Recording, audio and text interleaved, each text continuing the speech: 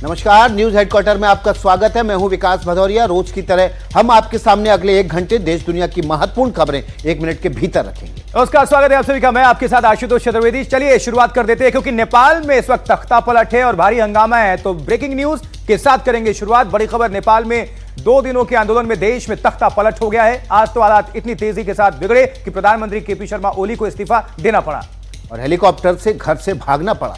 भीड़ ने इनका घर फूंक दिया। इससे पहले कई मंत्रियों के घर भी जलाए गए। इतना ही नहीं, गुस्साए युवाओं ने नेपाली संसद को भी आग के हवाले कर दिया। 60 सेकंड में पूरी रिपोर्ट देखिए। सोमवार को हुए गोलीकांड के बाद ओली सरकार का गिरना तय था। युवाओं के गुस्से के आगे मंगलवार दोपहर होते होते प्रधानमंत्री ओली को अपना इस्तीफा सौंपना ही पड़ा। उनके इस्तीफे से पहले आई ये तस्वीरें बता रही थी कि उनकी सरकार का इकबाल खत्म हो चुका है।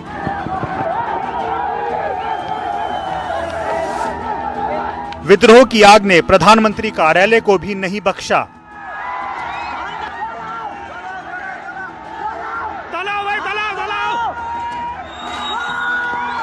युवा आंदोलनकारी अंदर घुसे, तोड़फोड़ की और प्रधानमंत्री कार्यालय को आग के हवाले कर दिया। उधर युवाओं का गुस्सा काठमांडू में फिर संसद पर फूट पड़ा। युवाओं की भीड़ ने नेपाल की संसद को ही आग लगा दी। आग की लपटें और धुएं से घिरी ये तस्वीर इस आंदोलन का नया प्रतीक बन गई।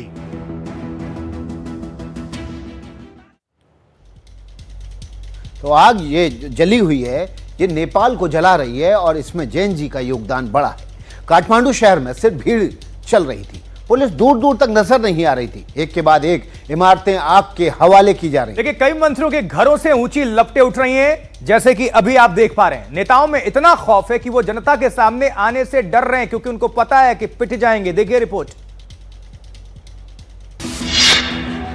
इससे पहले सुबह राष्ट्रपति का निजी निवास भी प्रदर्शनकारियों के गुस्से की भेंट चढ़ गया।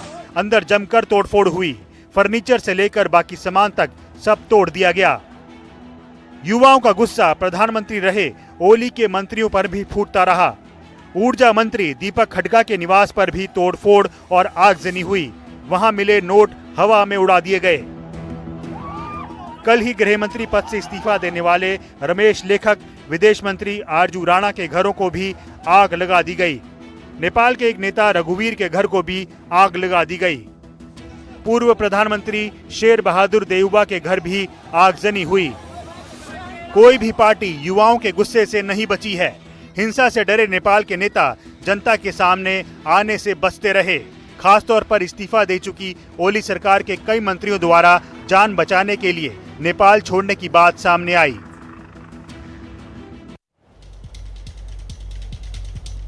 नेपाल में हाहाकार है। देखिए, नेपाल की सत्ता और संप्रभुता की प्रतीक 2 सबसे बड़ी ऐतिहासिक इमारतें आज नेपाल के युवाओं के गुस्से का शिकार हो गई। आपको 2 तस्वीरें दिखाएंगे।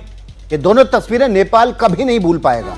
नेपाल की संसद को तोड़फोड़ के बाद युवाओं ने आग के हवाले कर दिया। उधर नेपाल के राष्ट्रपति भवन का भी यही हाल हुआ, यानी आगजनी हो गई, आग के हवाले हो गया। ड्रोन से ली गई ये तस्वीरें नेपाल में युवाओं के गुस्से की गवाह बन गई हैं। दोनों ही ऐतिहासिक इमारतें थीं। राष्ट्रपति भवन करीब 100 वर्ष पुराना था, जिसे राजशाही के दौर में 1923 में तत्कालीन प्रधानमंत्री शमशेर जंग बहादुर राणा ने बनवाया था। अब देखिए, इसे शीतल निवास कहा जाता है, लेकिन नेपाल का संघीय संसद भवन, जिसे सिंह दरबार संसद परिसर भी कहा जाता है, वो भी एक ऐतिहासिक परिसर में है। इसमें समय के साथ साथ निर्माण होते रहे। मौजूदा संघीय संसद भवन का निर्माण 2019 में सिंह दरबार परिषद के भीतर ही हुआ। सब आग के हवाले हो गया। 2 तस्वीरें, संसद भवन को जला दिया गया, राष्ट्रपति भवन को भी फूंक दिया गया। ये तस्वीरें देखिए, और जहां तक देखेंगे नेपाल के अंदर इस वक्त आग की ऊंची ऊंची लपटें और काले धुएं के गुब्बार ही कई किलोमीटर दूर से ही नजर आते हैं। नेपाल की सड़कों पर उतरे आक्रोशित युवाओं ने संसद भवन को भी आग के हवाले कर दिया। सड़कों पर अफरा तफरी का माहौल रहा। देखिए, मौके पर एनडीटीवी की भी टीम लगातार डटी हुई है। ग्राउंड जीरो पर हमारी टीम मौजूद है, आपको दिखाते हैं रिपोर्ट। रिपोर्टर की आंखों देखिए। नेपलीज पार्लियामेंट का जो रोड है उसके ठीक बाहर मौजूद हैं प्रदर्शनकारी।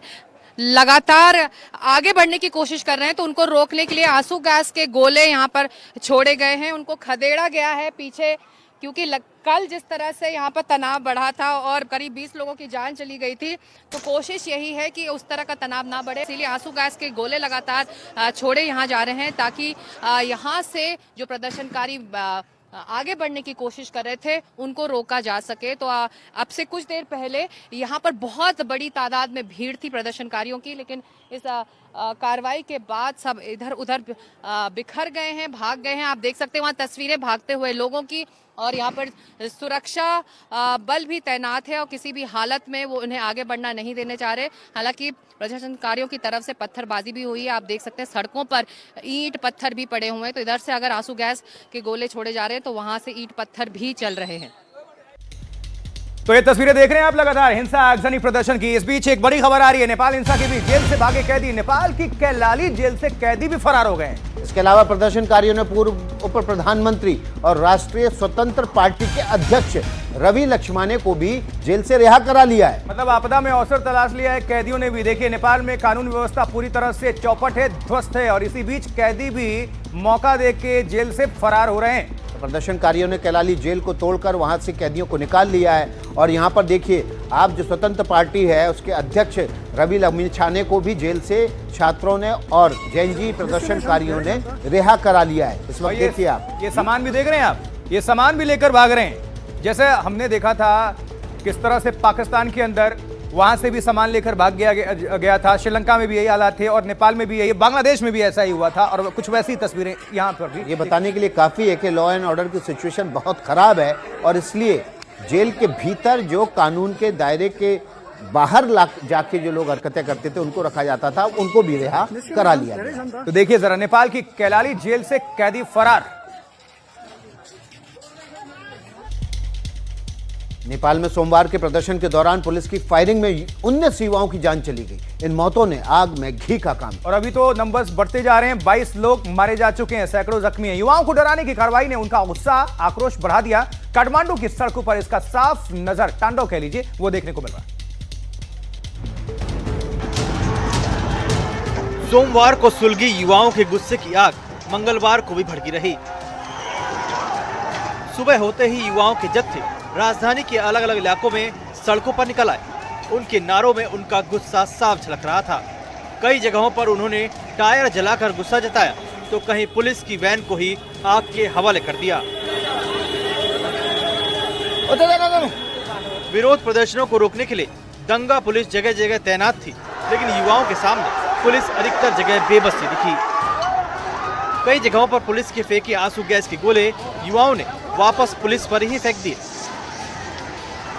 तो वहीं कई जगह युवाओं की भीड़ ने दंगा रोधी पुलिस को ही दौड़ा दिया। सोशल मीडिया पर पाबंदी से शुरू हुआ नेपाल के युवाओं का ये गुस्सा बेरोजगारी, भ्रष्टाचार और भाई भतीजावाद जैसे मुद्दों के रूप में उबल पड़ा है।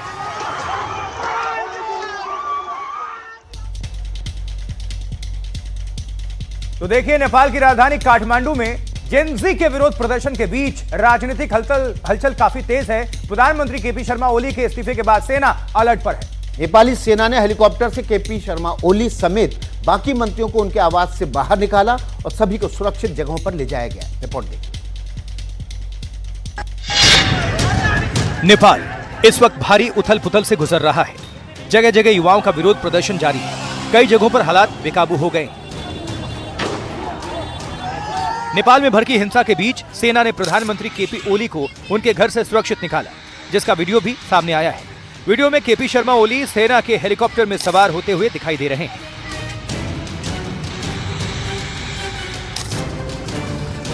इतना ही नहीं, नेपाली सेना ने प्रधानमंत्री केपी शर्मा ओली के साथ साथ मंत्रिपरिषद भवन पर 9 हेलीकॉप्टर उतारे और उनकी सरकार के मंत्रियों को भी रेस्क्यू किया। नेपाली सेना केपी ओली और उनके मंत्रियों को रेस्क्यू करके सुरक्षित ठिकाने पर ले गई।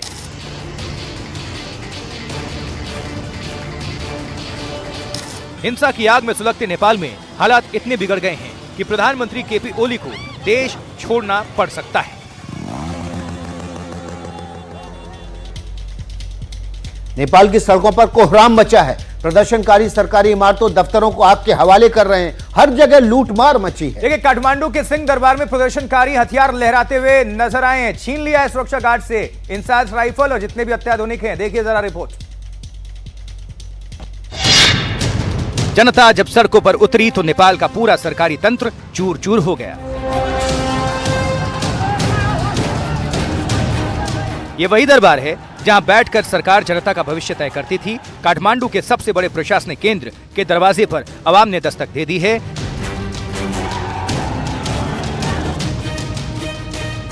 नेपाल की जेनजी के हाथों में कलम की जगह हथियार है और उन्होंने सिंह दरबार परिसर को अपने कब्जे में ले लिया है।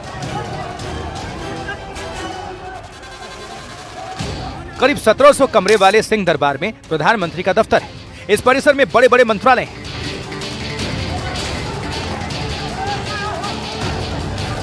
इस इमारत की सुरक्षा के लिए हथियारबंद सुरक्षाकर्मी तैनात थे, जो विद्रोह के बाद यहां से भाग चुके हैं और उनके हथियार प्रदर्शनकारी लहरा रहे हैं।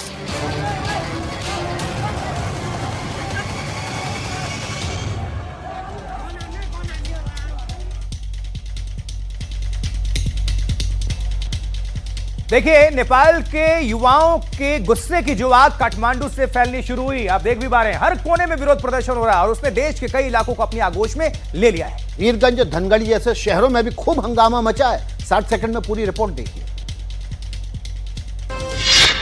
दक्षिणी नेपाल का वीरगंज शहर, मंगलवार सुबह यहाँ के घंटाघर इलाके में आगजनी की ये तस्वीरें बता रही हैं कि पहाड़ ही नहीं, नेपाल के तराई इलाकों में भी ओली सरकार से जनता कितनी नाराज है। सड़कों पर उतरे युवाओं ने तख्ता पलटकर अपनी ताकत दिखा दी। उधर नेपाल के सुदूर पश्चिमी प्रांत का धनगढ़ी शहर भी ओली सरकार के खिलाफ गुस्से की आग में झुलसता दिखा। गुस्साई भीड़ ने यहाँ सरकारी इमारतों को आग के हवाले कर दिया। नेपाल का कोई कोना ओली सरकार के खिलाफ जनता के गुस्से से नहीं बचा। पूर्वी नेपाल के कोशी प्रांत का इटाहारी शहर में भी ये गुस्सा सरकारी दफ्तरों पर फूटा, जहां जमकर तोड़फोड़ की गई। दमकल विभाग और म्युनिसिपैलिटी की गाड़ियों पर भी उनका गुस्सा उतरा। क्या पहाड़, क्या तराई, भारत की सीमा से लेकर चीन और भूटान की सीमा तक नेपाल जैसे नींद से जाग उठा है। देखना है नेपाल की ये सुबह उसे किस ओर ले जाती है। तो नेपाल की सड़कों पर जेनजी क्रांति ने कोहराम मचा दिया है। भ्रष्टाचार, सोशल मीडिया बैन के खिलाफ जेनजी का गुस्सा अब हिंसक रूप ले चुका है। इस आंदोलन ने नेपाल की सियासत को पूरी तरह से हिलाकर रख दिया है। नेपाल के कई नेता देश छोड़कर फरार हैं, भाग चुके हैं। जो बच गए हैं वो प्रदर्शनकारियों के हत्थे चढ़ गए, मतलब पिट रहे हैं। काठमांडू की इस गली में भाग रहे शख्स प्रदर्शनकारी नहीं है, ये नेपाल के वित्त मंत्री विष्णु पौडेल हैं। प्रदर्शनकारियों ने उन्हें घेर लिया और उनसे बचने के लिए उन्होंने दौड़ लगा दी। तभी एक प्रदर्शनकारी उन्हें लात मारता है और वे दीवार से टकरा जाते हैं।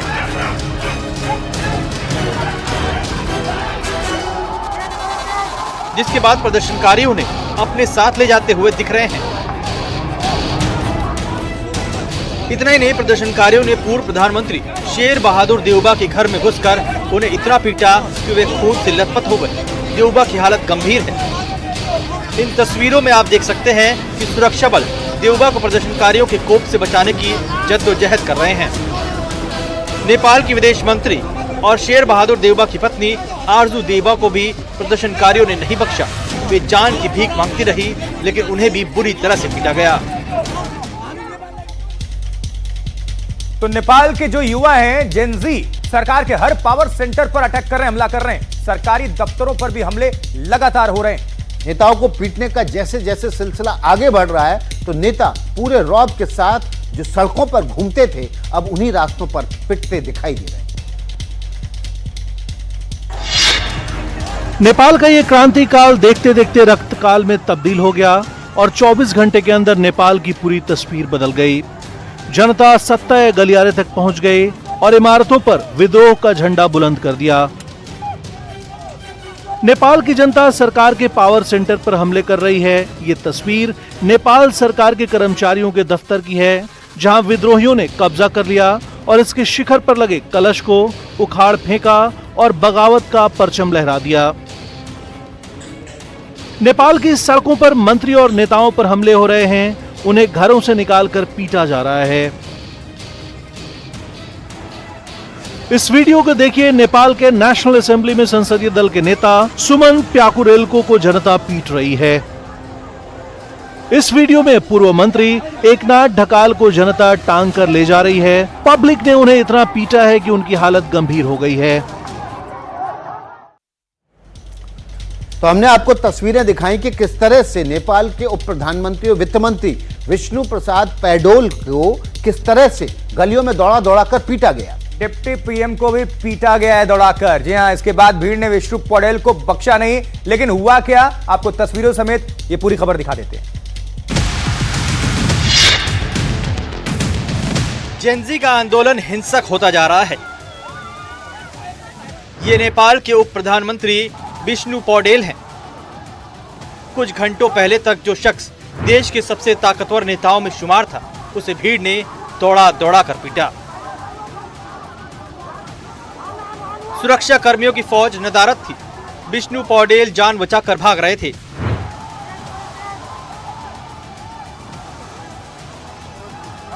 कुछ नहीं समझ में आया तो पानी में कूद गए। भीड़ ने वहां भी नहीं छोड़ा। आज ये तस्वीरें भी खूब चर्चा में रही। बुरी तरह से पीटने के अलावा भीड़ ने उप प्रधानमंत्री विष्णु पौडेल का घर भी फूंक दिया। यहां नोट भी लुटाए। किसने लुटाए इसका पता नहीं चला। तो देखिए, अराजकता के इस हालात के बीच नेपाल की सेना ने कहा है कि वो नेपाल की एकता के लिए कटिबद्ध है। सेना ने युवाओं से आग्रह किया, अपील किया है कि वो संयम बनाए रखें। अब सवाल ये है कि नेपाल में अगली सरकार किसकी होगी। इस पूरे आंदोलन के दौरान कुछ नाम जो उभरे हैं और सामने आने वाले दिनों में नेपाल की कमान संभाल सकते हैं, उनमें पहले रवि लामिछाने का नाम है, जिन्हें प्रदर्शनकारियों ने आज जेल से छुड़ा लिया है। रिपोर्ट देखिए। नेपाल में जारी अराजकता के दौर में ये तस्वीर काफी चर्चा में है। हाथ जोड़कर चल रहे युवा नेता हैं नेपाल के पूर्व प्रधानमंत्री और गृह मंत्री रवि लामिछाने, जिन्हें नेपाल के युवाओं ने जेल से छुड़वा लिया। वो कोऑपरेटिव फ्रॉड केस पे नक्खू जेल में बंद थे। सुप्रीम कोर्ट के आदेश के बाद उन्हें मंत्री पद से हटाया गया था। युवा नेता रवि लामिछाने नेपाल की राष्ट्रीय स्वतंत्र पार्टी के अध्यक्ष हैं। पेशे से एक टेलीविजन प्रेजेंटर रहे लामिछाने की छवि नेपाल के परंपरागत नेताओं से अलग रही है और वो युवाओं को एकजुट कर सत्ता में आए हैं। उनके समर्थक मानते हैं कि उनकी लोकप्रियता की वजह से उन्हें भ्रष्टाचार के केस में फंसाने की साजिश की गई। एक टीवी एंकर के तौर पर शोहरत की वजह से नेपाल में वो घर घर में लोकप्रिय हैं। नेपाल में बीते कई दशक की राजनीति से थके लोगों के लिए वो एक नई उम्मीद के तौर पर उभरे हैं। दुनिया भर में फैले नेपालियों का भी समर्थन हासिल रहा है। और देखिए, इसके अलावा एक और युवा हैं जिनके नाम पर चर्चा है। और देखिए, इनका नाम हम नेपाल के सुप्रीम कोर्ट में आग लगा दी। इस वक्त की बड़ी खबर जो है वो ये है कि नेपाल के सुप्रीम कोर्ट में भीड़ ने आग लगा दी है और इसी सुप्रीम कोर्ट ने 26 से ज्यादा सोशल मीडिया साइट्स को बैन करने का ऑर्डर दिया था। बिल्कुल, तो प्रधानमंत्री आवास फूंक दिया गया, राष्ट्रपति आवास फूंक दिया गया और अब नेपाल की जो आक्रोशित जेनजी है, मतलब जनता है, जो युवा है, उन्होंने सुप्रीम कोर्ट को भी आग के हवाले कर दिया। ये बड़ी खबर, big breaking. Nepali supreme court में भीड़ ने आग लगाई। इस वक्त की बड़ी खबर एनडीटीवी पर।